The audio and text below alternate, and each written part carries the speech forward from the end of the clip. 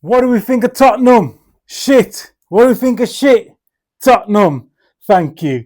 That's all right. We hate Tottenham. We hate Tottenham. We hate Tottenham. We hate Tottenham. Yo, let's get into it, man. What a result.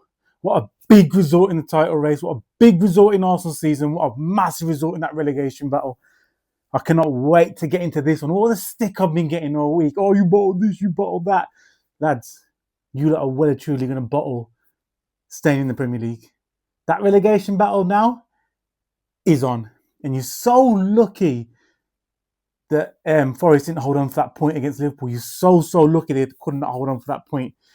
You're well and truly in it, lads. We're going to get into it. What a performance, man.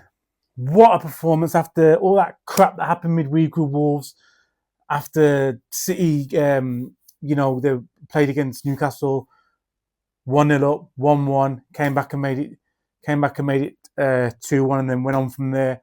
And they were flying, but nothing mattered. Today it's Derby Day.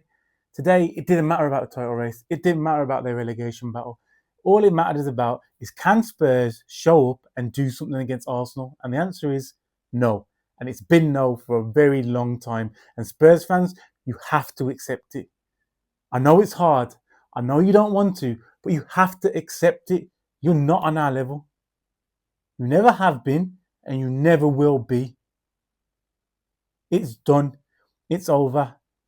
I was watching some match reviews earlier, and they were saying there's construction work going on by the Tottenham Stadium. They're probably building a stadium for the Championship. Get ready, lads, because you're going to be down there. You're not going to be playing Champions League Wednesday night football. You're going to be playing Championship games on Wednesday and Tuesday nights. Mugs. Anyway, I digress. Sorry, I'm a bit happy, man. It's been a rough week. Let me just bring this here and let's get into some things. Right then. North London derby. Again, as we say, who's expected to win? You know what I mean? I said it in the other video that in these... Let me just change this camera angle. 1 second. Just make sure it's on me. Yeah. So, like I said, who's expected to win?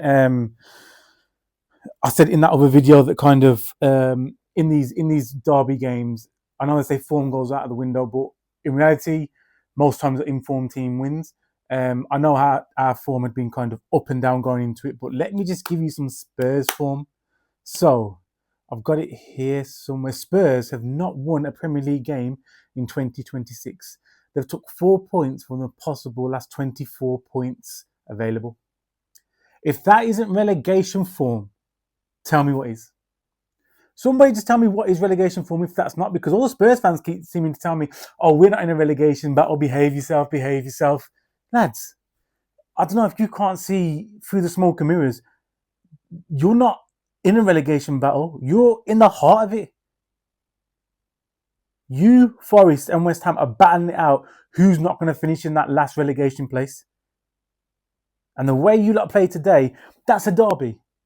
That was a derby. No fight, no ambition. You had a chance to halt and even stop our title charge, and you couldn't do it. You had a chance to pull away from that relegation battle and even go, I think you would have gone a point behind Leeds. You couldn't do it.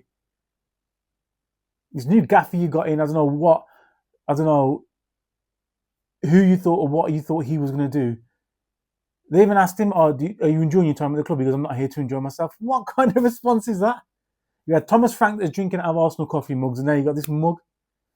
Anyway, so that Arsenal win 4-1. Before I get into the game, I just want to give you some little stats that I wrote down. So that Arsenal game, that 4-1, is our biggest away win at Spurs since 1978. Another little thing that Arteta can kind of tick off on his boxes. That's the first time since George Graham was in charge of Arsenal that Arsenal have won 5 consecutive North London derbies in a row. Let that one sink in. 5 consecutive North London derbies in a row Arsenal have won. And you're telling me there's a comparison here? Mate, this ain't gocompare.com. This is the Premier League. This is Arsenal. You're just that noisy neighbour, but you're our little brother, so do you know what I mean? Sometimes you have to give you a spanking and put you back in your place, and that's exactly what happened to you today. Before the game start, I heard on the TV. Is it on the TV? I think I might have seen it on Instagram. I don't know where it was, but basically, the Spurs commentator said something. I just want to read this to you. What he read out to the stadium. This is the Spurs announcer. Read out to the stadium. They're worried. They're nervous as hell. We are calm. We are ready. Let me just read that to you again. They're worried. They're nervous as hell. We are calm. We are ready. Mate, you got served up like a ready meal. That's what you got done. Imagine saying all that and then that team shows up and puts out that performance. Awful, awful performance, man. Just wanted to touch on something in the game. This stop-start thing with the technology and things like that. I agree. I'm actually going to get onto Neville in a minute. So I'm going to cook him in a minute. But I agree with Neville on one thing. Like, why are you stopping the game for so long, man? Just carry on. Like, as long as the broadcasting stuff works and we can see the game. We've played the game for so long without this technology. I'm sure 10, 15 minutes of playing it without it wasn't going to hurt too much. So much delays. It's so amateurish. Like, it was just crazy. Right. Let's get into it. Eberechi Eze is no longer Eze. He's Curtis 50 Cent Eze Jackson because he treats you man like Murder Inc. Eze treats you man like Ja Rule. He's 50 Cent. Every time he gets the opportunity to do it, he's bodying you. Like, that's 5 goals in 2 games now against Spurs. And the performance he put in today, not only his performance in the first game was good because he got the hat trick. This game, I felt like there was so much more he added to it as well. There was the 1-2 passing, the quick fire passing, getting things on the front foot. He wasn't so much playing it back. He was getting it, turning it, passing off, getting it 1-2, little flicks around the corner. Things were working. He played fantastic there. His little interchange with Saka and then, setting him back up for the goal and things like that. His interchanges with Rice, his link-up play with Victor Gyökeres. It just sorry, my Lexa's going off. It's reminding me to take out the bin tonight. I think it's finished. Interchanges with Gyökeres, the way he brought the play together, always on the front foot, always looking for the turn and spread out to space. The little pockets he was finding. Eze, class today, son. Class. Now, my boy, Victor Gyökeres. Victor, well done, son. That was your best performance in an Arsenal shirt this season, I'd have to say. And Spurs fans, you can't say that you can't perform against big clubs now because then you say you're not a big club. So where's this going? That's 10 Premier League goals this season so far, 15 goals in all competitions. He hasn't hit the ground running, but he's contributing. Do you know what I mean? Today I felt like he's running in. You know what he did very clever today? He didn't get involved with the other centre half. He knew running that channel down the left was where it was working for him. And he had that kind of defender on toast a few times, so he kept to that. And his first finish, just class. That's the smoothest I've seen him play. Most of his goals so far this season are kind of been like falling over or kind of like scruffy and, on the line and things like that. That was class. Like he really, he did what he had to do. He turned, took it out of his feet and buried it. It's very similar to his goal against Inter Milan. So I think that's something he's got in his locker and something hopefully we can see a lot more. His second goal was just beautiful. Do you know what I mean? I think it was a throwback to probably how he was in Portugal last year. Strength to hold off the defender, pacing behind, moves it onto his right foot, bends it, kind of top cornerish. Keeper's got no chance. Pace and power in the shot. Victor Gyökeres, well done. And I loved in the post-match interview when you said, I watched Eze's last game against these lot, because that's what they are, these lot. Class. Eze, and Gyökeres, brilliant. One thing I wanted to bring up, Neville, yeah, is a divisive character. Do you know what I mean? He says some things that are very good, and he says some things that you look at and think, what the hell are you on about, mate? I understood where he was coming from when he said this. So after Gyökeres scored that goal to make it 2-1, he said that they need to not celebrate. They need to get back on it. They can't concede again, which I understand what he means because obviously that's what happened in the first one. We scored and then we switched off and straight away they went and scored from the Declan Rice mistake. But Victor Gyökeres had a tough time at the club.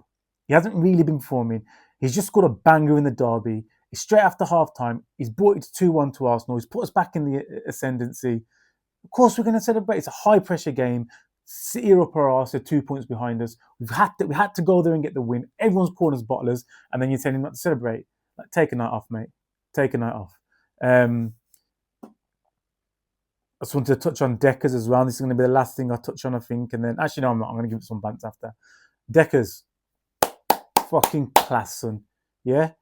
When you talk about showing grit, when you talk about showing heart, when you talk about not bottling under pressure, when you talk about knowing what it is to represent a club and knowing what it is to be a professional, knowing what it is to want something, willing to die for it.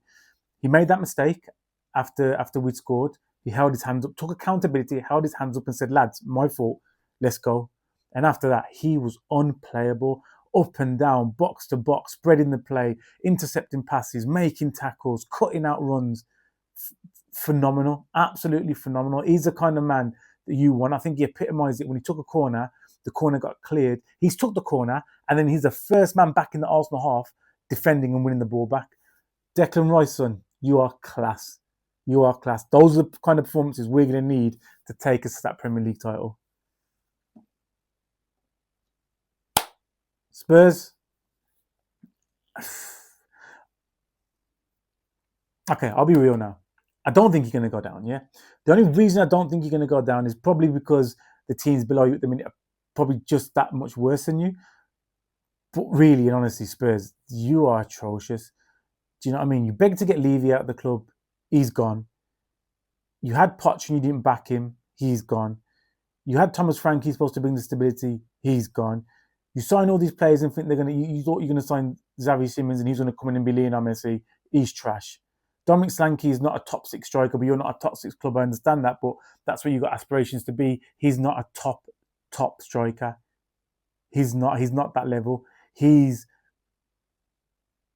you know, teams coming into the league or teams that are kind of just surviving in the league. He's not a top end striker. You lot bang on about Richarlison like he's God's gift to earth because he's class for Brazil. I've got a newsflash for you. You're not Brazil. He might be classing when he plays for Brazil because he's got Vinny Jr. and them boys around him. When he's looking around at your team, he's got them bunch of mugs running around. What do you expect? Spurs, it's over. I don't want to hear nothing from you again. I don't want you piping up again this season. You're on a relegation battle. If it's not this season, it's probably going to be next season. This is the second time now in a row that you finish this low down in the league. It's awful. Your team's a joke. Your club's a joke. Your board's in disarray. Levy's left. Did he get sacked or did he walk or whatever? You got that big stadium that no one's going to come to no more because who wants to watch a championship team? It's done, lads. It's done. Anyway, I'm going to go. I'm way too excited. I want to go and watch the match breakdowns on TV. I want to go and watch the goals again. I'm going to order a Mackie D's. And Spurs, I'm going to eat a Mackie D's and you can eat these nuts. Peace.